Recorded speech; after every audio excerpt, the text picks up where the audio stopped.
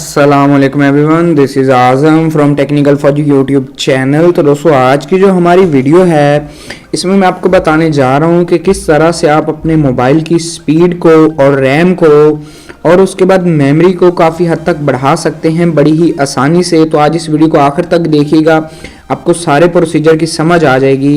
और उससे पहले अगर आप मेरे चैनल पे नए आ गए तो मैं आपको रेकमेंड करूँगा, इसी वीडियो के नीचे यहाँ पे लाल रंग का सब्सक्राइब बटन नज़र आ रहा होगा, इस पर क्लिक कर दें और साथ ही बेल वाले आइकन पे दबा दें। इससे होगा ये कि जब मैं कोई फ्यूचर में नई वीडियो अपलोड करूंगा आपको उसका नोटिफिकेशन आ जाएगा और वो वीडियो आप सबसे पहले देख पाएंगे।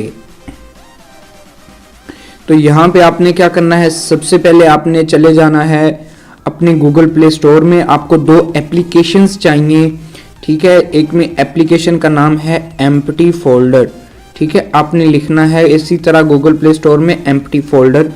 जब आप एम्प्टी फोल्डर लिख लेंगे तो आपके पास ये इस तरह का एम्प्टी फोल्डर आ जाएगा। आपने इसको डाउनलोड करने के बाद ओपन कर लेना है। तो यहाँ पे देखिए, इसका मैं आपको वर्क बता दूं, ये करता है कि आपके जो मोबाइल में टोटली खाली फोल्डर होते हैं ये उनको डिलीट कर देता है। अक्सर क्या होता है, जब हम कोई एप्लीकेशन इंस्टॉल करते हैं तो वो अपना एक फोल्डर बना लेती है, लेकिन एप्लीकेशन तो हम अनइंस्टॉल कर देते हैं लेकिन उसका फोल्डर उसके अंदर ही रह जाता है, तो जिसकी वजह से स्पीड काफ़ी ज़्यादा कम हो जाती है। हमेशा आपको ये करना है कि आपके मोबाइल की जो स्पीड है वो तभी कम होगी जब आपका मोबाइल की मेमोरी लो होगी, ठीक है। आपने फर्स्ट पे क्लिक कर देना है। तो यहाँ पे देखें ये सारे फोल्डर जो है डिलीट कर रहा है। ये देखिए हमने कहा है कि डिलीट 61 फोल्डर्स, ठीक है।